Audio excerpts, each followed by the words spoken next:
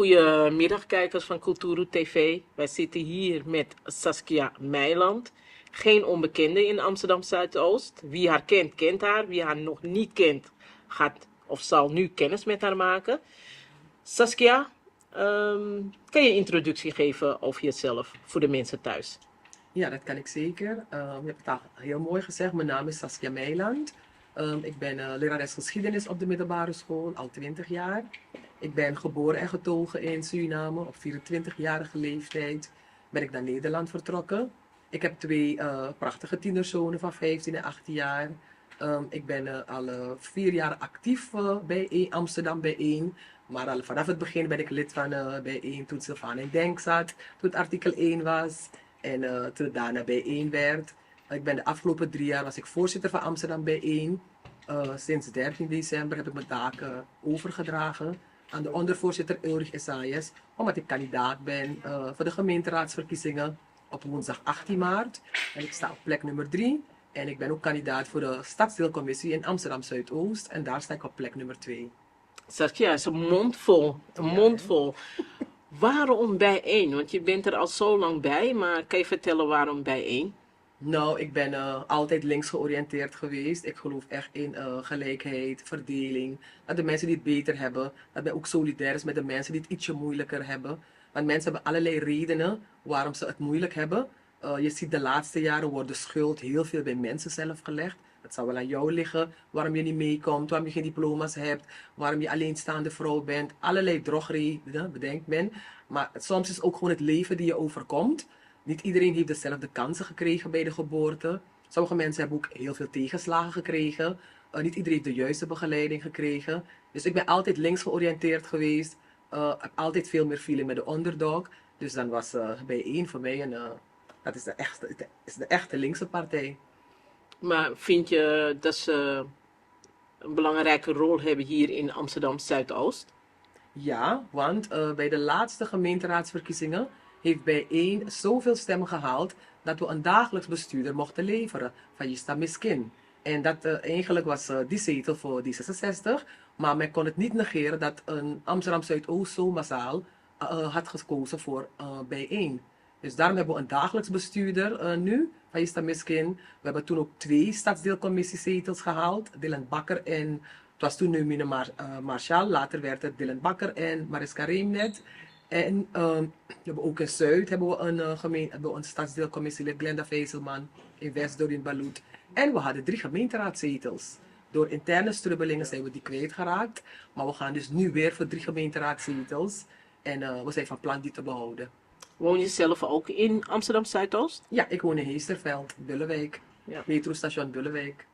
Wat zijn dan de verwachtingen voor de komende verkiezingen? Want in maart zijn die er alweer, dan mogen we weer gaan stemmen. Ehm, Kan je misschien nog het verschil geven tussen de landelijke verkiezingen en de lokale of regionale verkiezingen? Zeg ik het goed? Lokaal. Lokaal. Lokaal. Ja, landelijk Tweede Kamer. Dan worden echt de wetten gemaakt voor het hele land.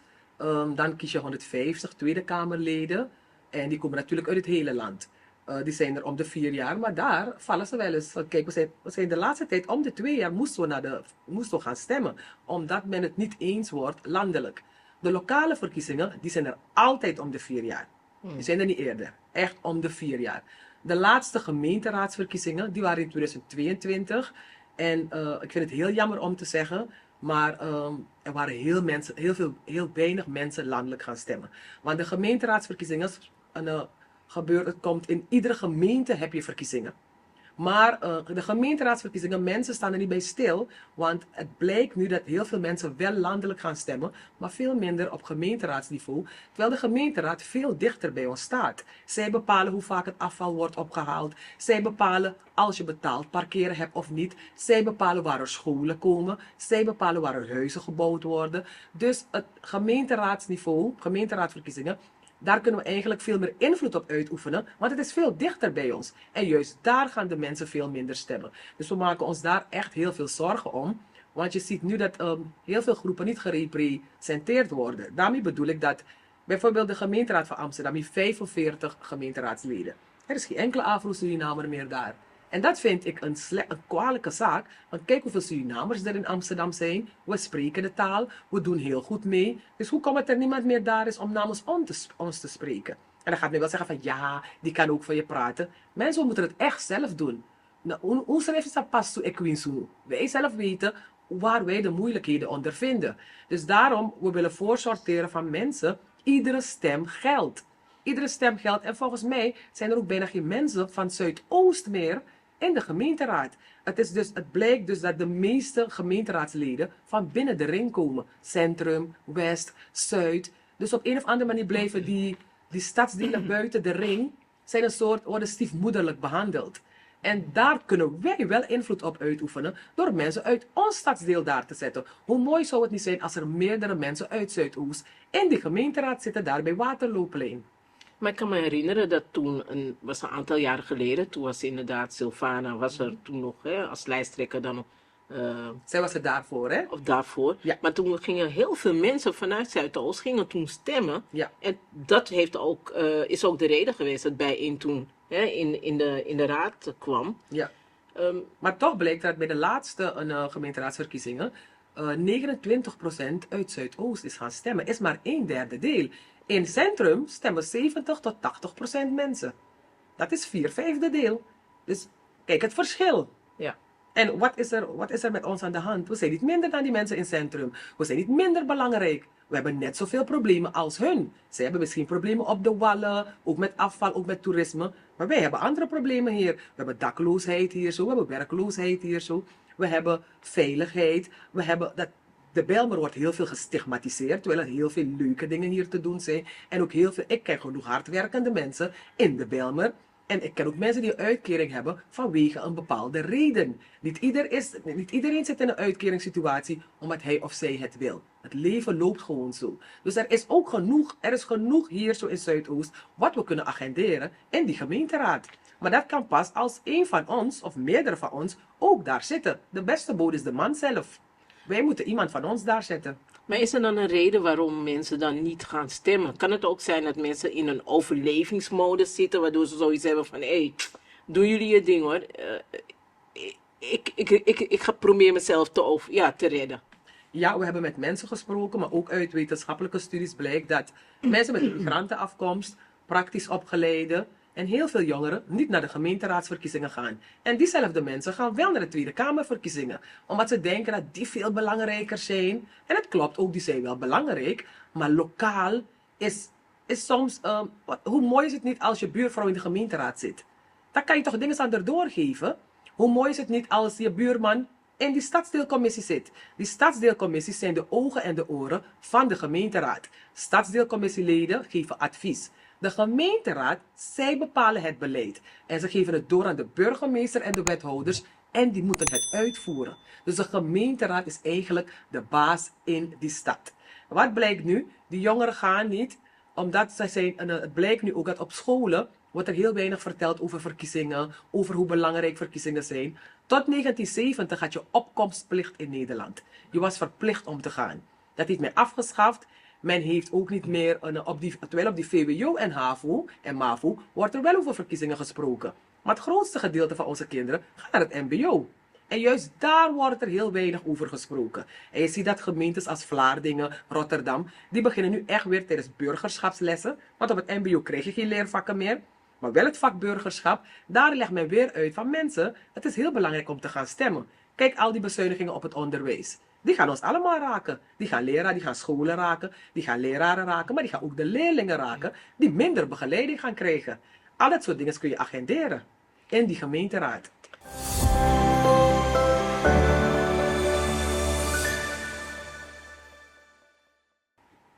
Heeft het dan misschien ook met vertrouwen te maken, waardoor Zeker mensen dan weten. dus niet gaan stemmen, dat ze denken van ja, ik stem, maar ja, wat voor zin heeft het? Want uiteindelijk doen ze niet wat ik verwacht. We hebben gesproken ook met de mensen, dat ik zei, dus uit de wetenschappelijke studies blijkt, jongeren gaan niet, praktisch opgeleiden gaan niet, of minder, en mensen met een migrantenafkomst. Op straat, als we aan het flyeren zijn of in gesprek gaan met mensen, zeggen ze van, het doet er toch niet toe. Wij als migranten doen er niet toe. De politiek doet wat ze willen als ze eenmaal daar zijn. En ik denk dat wij ook werkelijk huiswerk hebben. Hoe komt het dat wanneer je eenmaal gekozen bent, je niet meer terugkoppelt aan je achterban? Tijdens verkiezingstijd kan je wel langs gaan en vragen van mensen, stem op ons. Dat betekent, wanneer je eenmaal gekozen bent, het klopt dat je druk hebt, het klopt dat je vergadert. Maar ik denk dat we terug moeten naar de mensen en ze het belang moeten laten inzien van, kijk, ik heb dit geprobeerd in te dienen. Dit lukt niet helemaal, dit is me wel gelukt. Dit ben ik nog mee bezig. Dus de mensen moeten een terugkoppeling hebben. Het helpt ook niet dat mensen met zetels weglopen. Het helpt ook dat je mensen helemaal niet meer ziet. Dus het klopt dat er geen vertrouwen meer is. De afstand tussen het blijkt ook dat mensen niet weten wat doet die gemeenteraad precies. Wat doet die stadsdeelcommissie precies. Ik zei het al, die stadsdeelcommissieleden, die zijn de ogen en de oren in de stadsdelen. Die moeten ook wonen in een stadsdeel. En zij moeten dus echt alles doorgeven. Daarom is het goed als we stadsdeelcommissieleden hebben en gemeenteraadsleden. Want die kunnen dan doorgeven aan de gemeenteraadsleden. Je moet hier vragen over stellen. Je moet dit agenderen. Je moet dit echt ter sprake brengen. Hier is waar wij tegenaan lopen. Waarom gaat metro 53 weg van Centraal Station naar Gaansperplas? Wij willen dit niet. De vervoerregio heeft dat besluit genomen, maar in die vervoerregio zitten ook gemeenteraadsleden van Amsterdam. Als wij onze gemeenteraadsleden daar hadden, hadden wij daar echt niet voor gestemd. Want we hebben allerlei acties gevoerd, we hier zo bij Van der Madenweg, we zijn in gaan spreken. Uiteindelijk heeft men toch gedaan wat men wilde. Omdat wij daar ook niet vertegenwoordigen. Er zijn bijna geen mensen van Zuidoost in die gemeenteraad. Dus die mensen beslissen maar over onze hoofden heen, omdat wij daar niet zitten. Dus het moet echt tot ons doordringen. Dat de mensen, we kunnen wel het verschil maken. Iedere stem kan het verschil maken. En we moeten echt gedisciplineerd stemmen. Hoe stemt dat pas maar? Van hoe is zeker van asma dat tak de torisa bij asu ekulin. Maar maakt het jouw werk dan niet moeilijker om het vertrouwen te winnen bij de mensen en om daar uiteindelijk te gaan doen wat zij verwachten, als er geen vertrouwen is? Dat klopt, maar ik ben iemand, ik heb het altijd gezegd, ook toen ik voorzitter was van Amsterdam bijeen de afgelopen 3 jaren. Mensen, je kan niet alleen langs gaan in verkiezingstijd bij mensen. Je moet altijd in je wijk bezig zijn, in je stadsdelen, in je stad. Je moet toch weten wat er speelt. Je kan niet alleen in verkiezingstijd bij mensen langs gaan, want dan ben je niet geloofwaardig. Als je altijd bezig bent geweest in organisaties, in je wijk, soms gewoon wandelen, in gesprek gaan met mensen, met organisaties, dan zie je wat de problemen zijn en dan heb je ook echt, dan weet je wat je moet agenderen. En ik denk dat als je altijd onder de mensen bent, de mensen zien je, de mensen kunnen met je in gesprek gaan, dat men het vertrouwen dan wel in jou zal hebben. En dan toch, wat verwacht je de komende verkiezingen? Zal bijeen ook weer aanwezig zijn binnen de raad hier in Amsterdam Zuidoost? En daar gaan we wel voor. We hebben de vorige gemeenteraadsverkiezingen deden we maar in 3 stadsdelen mee. In Zuidoost, in Zuid en in West. Daar hebben we ook zetels behaald. Nu doen we in 7 stadsdelen mee. Alleen het gebied Weesp doen we niet mee. We hebben niemand daar kunnen vinden. Maar we doen in alle stadsdelen mee. Oost, Zuidoost, Zuid, Noord, Centrum, Nieuw-West en West. En van die 7 stadsdelen is van 6 stadsdelen een Afro-Surinamer de lijsttrekker. Op die gemeenteraadslijst. alle 7? 6. 6 van de 7 zijn Afro-Surinamers. Ja. We hebben in Zuidoost hebben we hier Mariska Reemnet en ik ben nummer 2. In Zuid hebben we ook Glenda Vijzelman op nummer 1. In Oost hebben we Kenneth Dono, Kendo, die iedere maandag op de radio is bij Radio Bonigrani. In Noord hebben we Patricia Pinas.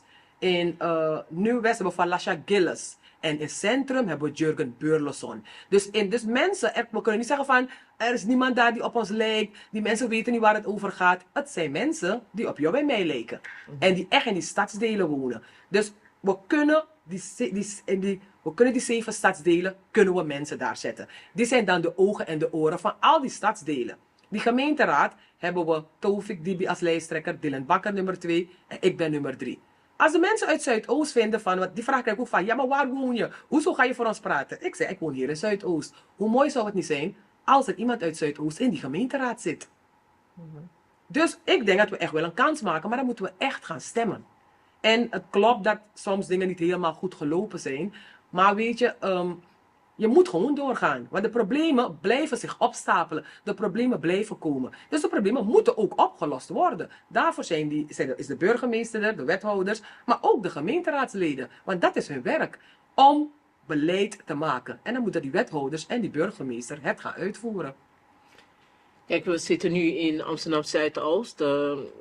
Toch wel bekend als een kwetsbaar stadsdeel. Ja.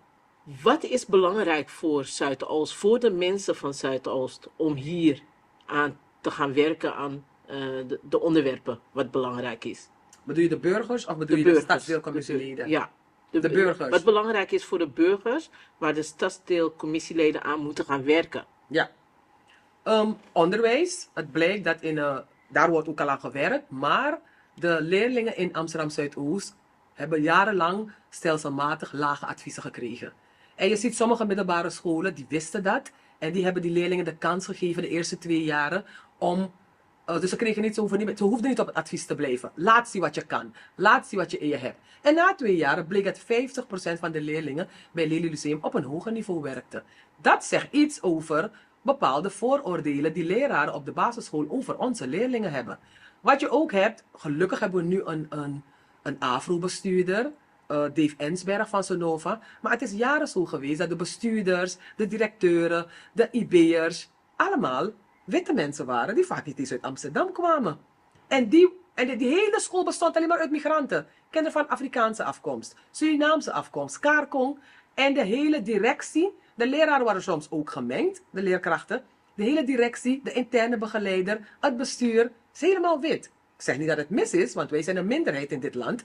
Maar wil je me zeggen dat die AVRO, een leraar, niet kan doorstromen tot directeur? Ik heb maar één AVRO-directrice hier gezien. Die vrouw van Crescendo. Dat was een EBG-school. Verder heb ik geen donkere directrices gezien. Heb ik geen migrantendirectrices gezien hoor.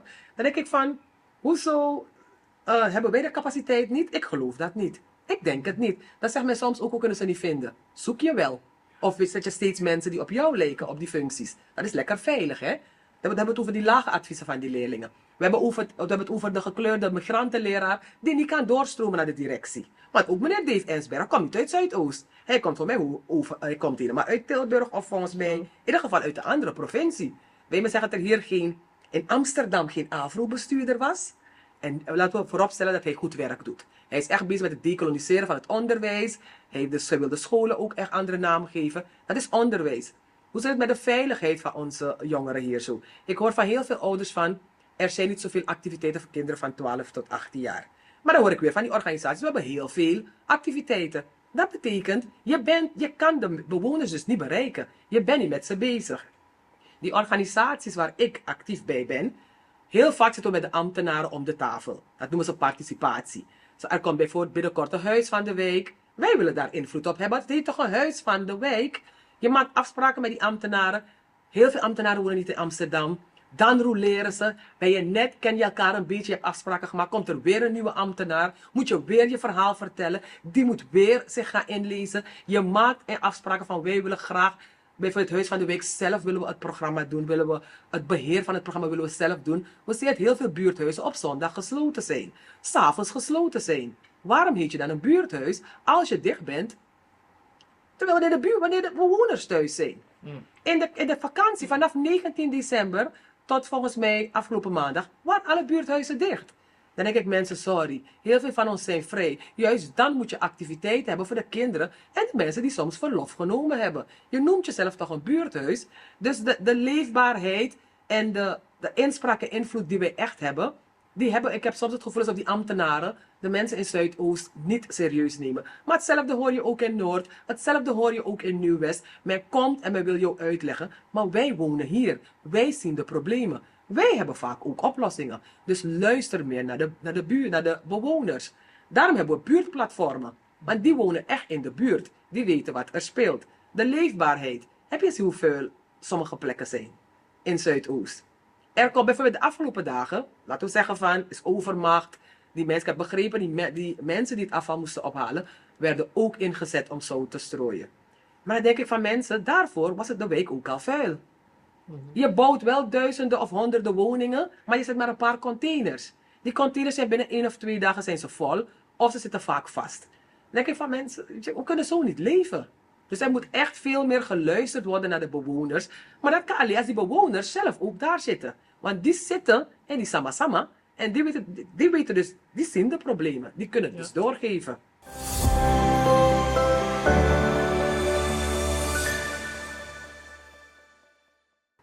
Onderwijs, veiligheid, OV. Bijeen wil graag gratis OV. Het OV wordt stilletjes ieder jaar duurder, soms met 25%, vooral die OV-chipkaart. Ze zeggen je niet, maar het wordt ieder jaar wordt het duurder. Maar er zijn steeds minder lijnen. Die bussen rijden steeds minder. Misschien moeten er andere keuzes gemaakt worden, want er zijn landen waar er gratis OV is. Je kan niet van ons verwachten dat we die auto moeten laten staan, want je bouwt ook geen parkeerplekken. En als er nu parkeerplekken zijn, dan moet men betaald parkeren. Bij mij in de buurt zijn er geen parkeerplekken, bijna niet in Heesterveld. Als ik van het werk kom om 5 uur 's middags, moet ik rondjes rijden. Ik kan nergens parkeren. Noodgedwongen gebruik ik die auto soms dus minder. De mensen die kinderen hebben die sporten. Wil je me zeggen dat je op de fiets van Zuidoost naar Uithoren kan gaan op zaterdag? Als die jongens moeten voetballen, moeten basketballen, kinderen moeten zwemmen. Want je hebt kinderen die op waterpolo zitten, voetballen, basketballen. Je speelt niet alleen wedstrijden thuis, maar ook uit. Je kan niet op die fiets, want GroenLinks wil dat we allemaal op de fiets moeten gaan. Ja. Maar je kan niet naar Uithoren, Purmerend, Hilversum op die fiets gaan in het weekend. En ik heb het geprobeerd om met mijn kinderen in het weekend met OV naar uitwedstrijden te gaan. Je was soms 2 uur onderweg, terwijl je met de auto in 20 minuten in Uithoren bent, in Purmerend. Omdat in het weekend rijdt OV veel minder. Wanneer je aankomt in die stad, dan moet je nog zien te komen bij het zwembad of bij het basketbalveld of voetbalveld. Het kan niet, je hebt gewoon die auto nodig. Maar nu, ik noem het burgertje pesten. Want jij wil geen auto rijden, maar sommigen van ons hebben wel die auto nodig. Dus je hoort het, er zijn zoveel dingen die geagendeerd moeten worden. Ja. Daar heb ik niet eens alles genoemd. Hoe zit het met huiselijk geweld, kindermishandeling? Er gebeurt zoveel achter de voordeur wat we niet weten. Door het wantrouwen bereiken die instanties de mensen ook niet. En wat denk je van armoede? Zeker, meer dan 25% van de mensen in Zuidoost zit ook in armoede. Terwijl er zoveel regelingen zijn. Maar mensen zijn soms zo bang om dingen aan te vragen. Kijk, het toeslagenschandaal. Want als je dat vraagt, moet je misschien dat weer terugbetalen. Mensen zijn gewoon bang. Men bereikt de bewoners niet. Ja. En hoe denk je dat zelf te kunnen doen de komende periode? Nou, ik ben iemand die altijd met de bewoners in gesprek is. Ik kom overal, niet alleen in Zuidoost. Ik ben ook overal bij allerlei meetings ben ik. Maar ik denk dat we gewoon ook laagdrempelig bezig moeten zijn. We moeten echt ophalen bij de mensen. Wat zijn de problemen? Wat zou je graag willen zien? Hoe wil je het anders zien? Want soms verzinnen de ambtenaren allerlei dingen, maar dan werkt het niet. Met goede intenties, met de beste bedoelingen. Ga in gesprek met de mensen. Maar blijf ook in gesprek. Kom niet alleen tijdens verkiezingstijd. Kom niet alleen even, want armoede is niet morgen opgelost. Lage adviezen zijn niet morgen opgelost. Ongelijkheid is niet morgen opgelost. OV-problemen zijn ook niet morgen opgelost. Net wat ik ook zei, van OV rijdt steeds minder. Maar ik zie ook steeds meer mensen die meelopen met anderen. Mensen hebben gewoon geen geld op hun bankpas en op hun OV-pas. Want OV is gewoon heel duur. Ik zie ook kinderen, bijvoorbeeld heel veel leerlingen komen op school te laat. Omdat ze stappen in die bus, er staat geen geld op die kaart. En die buschauffeur of chauffeuse laat ze uitstappen. Dan moeten ze gaan bellen met mama, kan je geld overmaken op die... Dat betekent ook dat het kind dus te laat komt op school. Uitleg mist. Je kan niet leren of tot leren komen als je stress hebt over hoe moet ik naar school of hoe moet ik naar huis. Ik heb geen geld om straks met de bus mee te gaan. En je kan misschien meelopen bij het metrostation, maar in die bus zijn ze ongenadig. Ze laten je uitstappen als er geen geld op die kaart is. En dat soort dingen moeten we niet willen voor onze kinderen. Onze kinderen moeten met een leeg hoofd naar school kunnen gaan. Niet met armoedeproblemen, zien hoe hun moeder of vader stresst. Hoe gaan we de kinderen eten geven, hoe gaan we huur betalen, hoe ga ik naar school komen. Dat is niet de manier, zo'n rijk land als Nederland. Dus in gesprek blijven ophalen bij de mensen en het blijven agenderen. Niet alles kan je oplossen, maar we moeten wel er naartoe werken dat er oplossingen komen. Maar de mensen kunnen wel op jou rekenen dat hetgeen wat je zegt, dat je dat ook zal gaan doen. Ik ben what you see is what you get. En bij mij is afspraak afspraak. Als ik iets heb toegezegd, kom ik het altijd na. En als ik het niet kan, dan zal ik ook uitleggen waarom ik het niet na kan komen. Dus het creëren van vertrouwen bij de burgers. Yes. En de mensen kennen me, de mensen hebben me gezien. Ik kom onder de mensen, ik praat met de mensen. Ik ben zelf ook, het is net ik op een andere wereld leef. Ik loop ook tegen dingen aan. Ik ben lerares op de middelbare school, ik zie dingen. Maar als alleenstaande moeder loop ik ook tegen dingen aan. Als alleenstaande moeder van 2 tienerzonen ben je ook altijd bezorgd over van hoe zit het met de veiligheid, hoe zit het met een groepsdruk, al dat soort dingen. Dus ik loop ook tegen dingen aan. Ik zit ook met een OV-abonnement dat ik denk van wauw, het is wel best wel veel om iedere maand dat er €100 van mijn rekening afgeschreven wordt, dat mijn zoon naar school moet kunnen gaan. Weet je, dus ik weet waar de mensen mee zitten. Ja. Hoe ga je daar voor jezelf, hoe ga je daarmee om?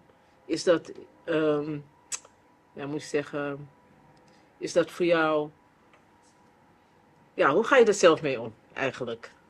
Ik ben, Als je tegen dingen aanloopt. Want als ik je hoor, dan hoor ik wel van, hé, je bent geen opgever, je gaat door. ja, Maar ik kan me ook voorstellen dat je echt soms denkt van, hé, het is vervelend dit, ik kan niet meer. die tijd heb ik gehad, want ik heb heel jong 2 ouders moeten begraven. Mijn moeder, ik was 18 toen mijn moeder overleed. Ik ging bij mijn vader wonen, die ging na 1,5 jaar ook dood. Dus al heel jong moest ik voor mezelf zorgen vanaf mijn 20ste. En ik denk dat ik daar die kracht uit geput heb. Ehm, het was heel zwaar, echt heel zwaar. Ik had heel vaak geen geld. Dus dan fietste ik naar school. Helemaal van Geiersvlei tot naar Leesweg in Suriname. Dat was 1 uur 's morgens, 1 uur 's Zo. middags. En, maar ik had wel een heel zelfstandige opvoeding gekregen van mijn moeder. En ook heel veel doorzettingsvermogen heb ik van haar meegekregen. Maar ook gewoon, ik was ervan doordrongen van, educatie is het middel. Mhm. Ik moet dat diploma halen om erop terug te kunnen vallen. Ja. Ik geloof wel in man en vrouw, balans. Weet je, niet dat je een hele sterke vrouw moet zijn dat je geen man nodig hebt. Ik geloof in balans. Maar we leven in een maatschappij waar kwalificaties gevraagd worden. Dus je hebt dat diploma nodig om ergens aangenomen te worden. Dus we moeten ook pragmatisch denken. Weet je hebt mensen die Ja. zichzelf, die autodidacten zijn, die zichzelf van alles aanleren.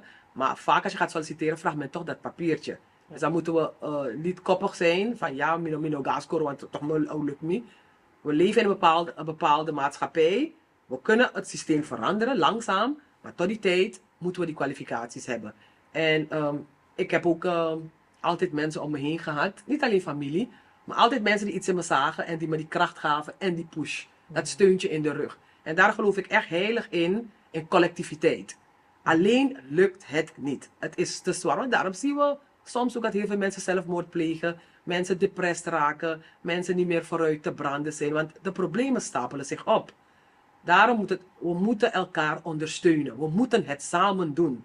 Op elk vlak. In de buurt, in de wijk, in het stadsdeel, in het land. Je moet het, want alleen kan je het niet. Want anders ga je soms, er komt echt heel veel op ons af. Hè? En de ontwikkelingen gaan heel snel. Zelfs voor mij als ontwikkelde vrouw denk ik van, wauw, wat is dit nou weer? Moet ik ook weer dit doorgeven? Moet ik dit ook weer digitaal? Laatst las ik een brief van de gemeente. En ben ik een ontwikkelde vrouw, ik begreep ook niet wat er stond. Ik moest het een paar keer lezen. Dat ik denk van, wat staat hier? Dan denk je dan van de gewone burger. Er komt echt veel op de burger af. Dus daarom moeten we het echt samen doen. Ik geloof echt in collectiviteit. Mensen ondersteunen waar het moeilijk gaat. En die steun heb ik vaak gehad. Maar hoe kunnen we elkaar dan helpen? Hoe kunnen burgers elkaar dan vinden? Ik ben heilig overtuigd. Ik geloof in coöperaties. Kijk, bijvoorbeeld heel veel mensen kunnen geen huis meer kopen. Heel veel jongeren blijven thuis. Of hadden een jongerenwoning en gaan weer terug naar huis. Dat heb ik ook bij mijn eigen nichtjes en neefjes gezien. Die gaan dan weer naar huis. Maar je weet, op een bepaalde leeftijd moet je echt op jezelf gaan wonen. Je wil ook iemand zitten aan Libi. Weet je, ik geloof in wooncoöperaties. Ik kreeg laatst ook een flyer van een huisarts. Die wil een coöperatieve supermarkt opzetten in Zuidoost. En toen mijn eerste vraag was, maar dan, wat gaat het verschil zijn tussen die coöperatieve supermarkt en een gewone supermarkt? Gaan jullie goedkoper zijn? Maar de hoogste kosten zijn huurkosten en loonkosten. Dus we zoeken nu naar een locatie, een coöperatieve supermarkt. Die supermarkt is gewoon van iedereen die er lid van is. Die een groente en fruit willen ze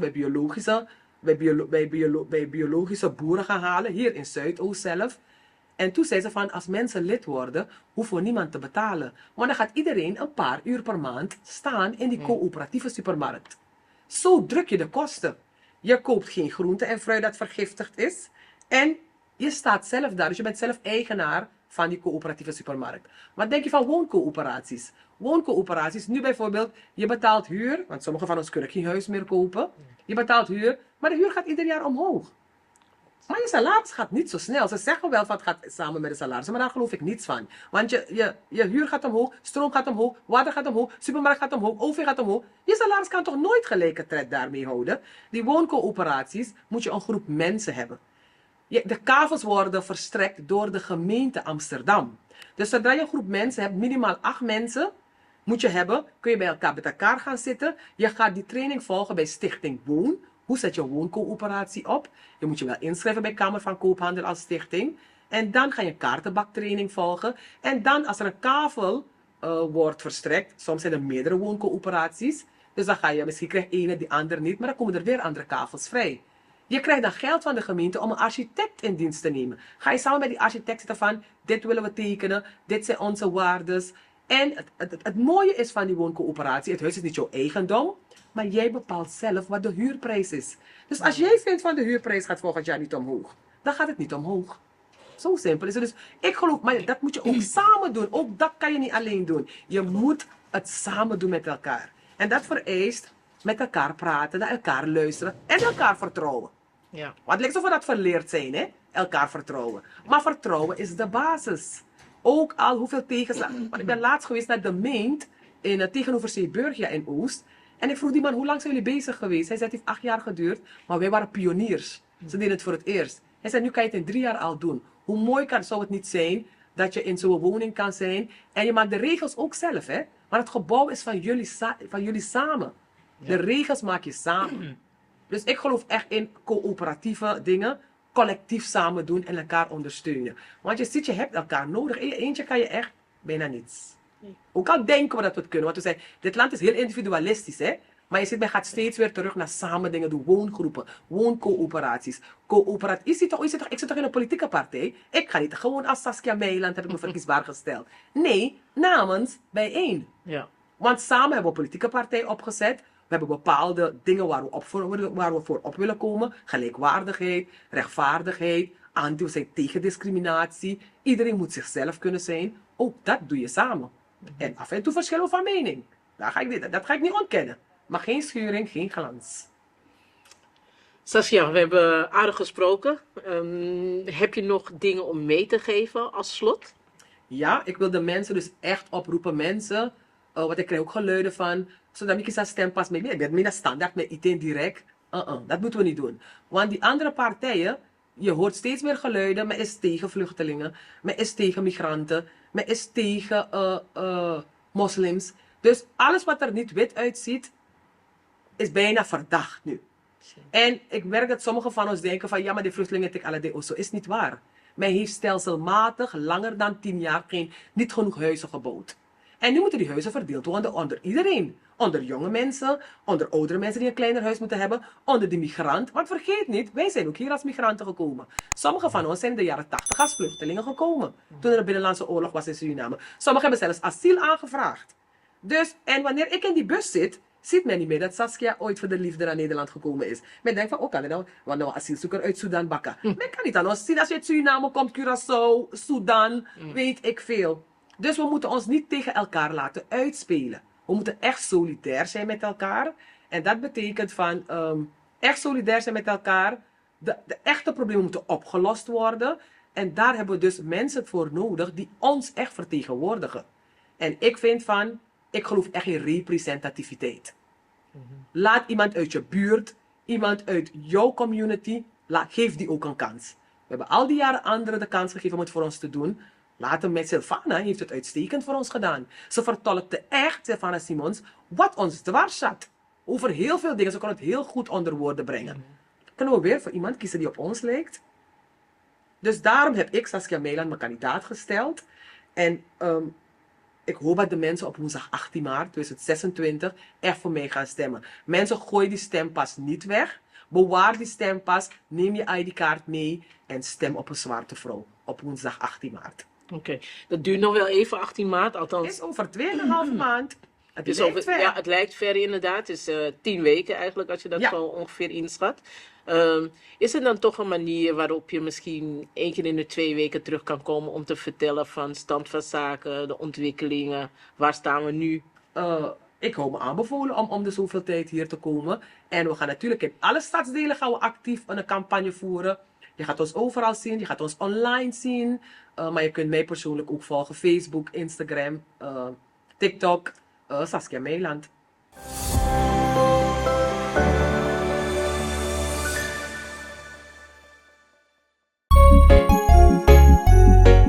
Suriname altijd dichtbij, je sap toch? In Meati, Srana.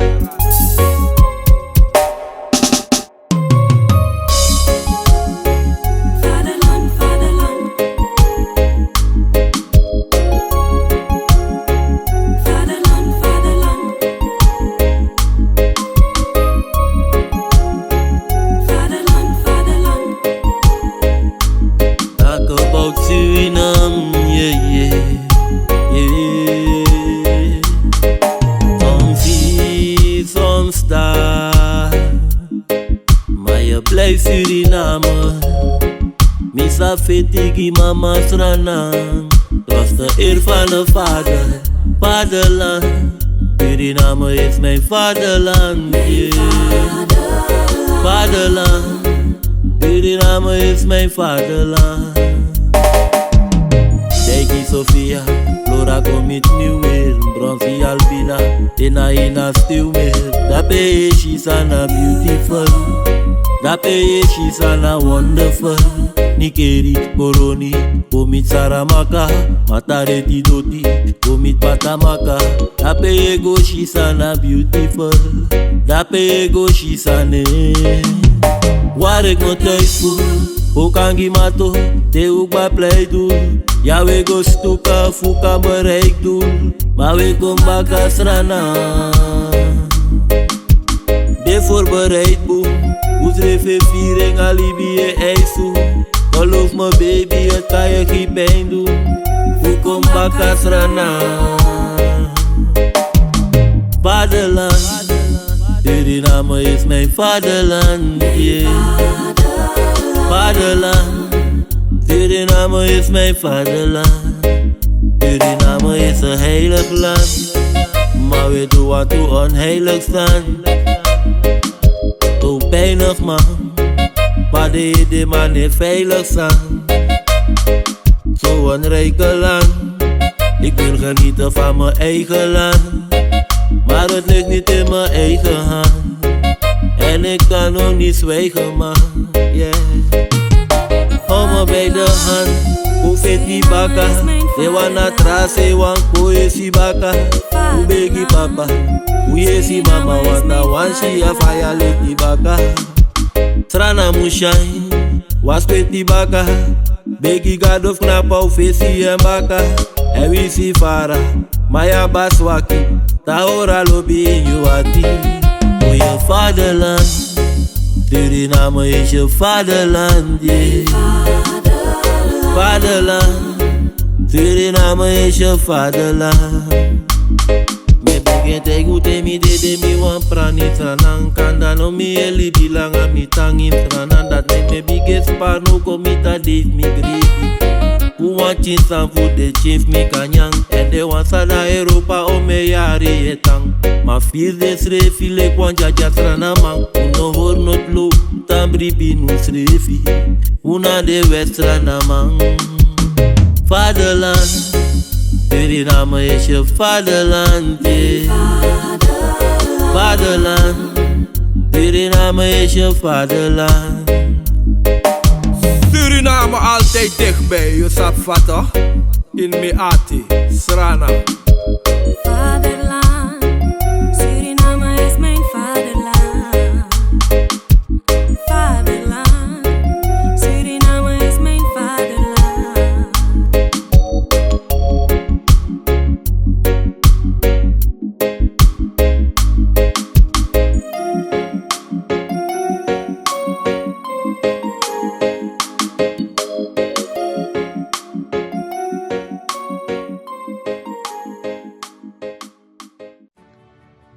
Wa sweet konaini ina datra oso paramariu.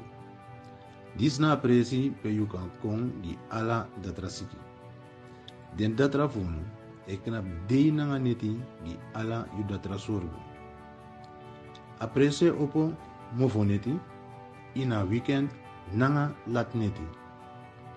Te anutu hi srefi dat we kon nanga u egi siki wagi komitio. Te abu fanuru, you kan kara konkruti 1 to 4. Datra oso paramaribo, you sorbo, na sorbo.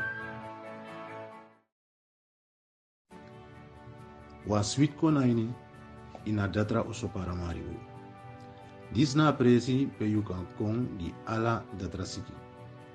Den datra funu, ekna dei nanga neti di ala yu datra sorbo. A prese opo mofoneti ina weekend nanga lat neti. Te anutu hi srefi dat we kon nanga u egi siki wagi komitio. Te abu fanuru, you can kara concrete 1 to 4. Datra oso para maribo, you sorbo, na un sorbo.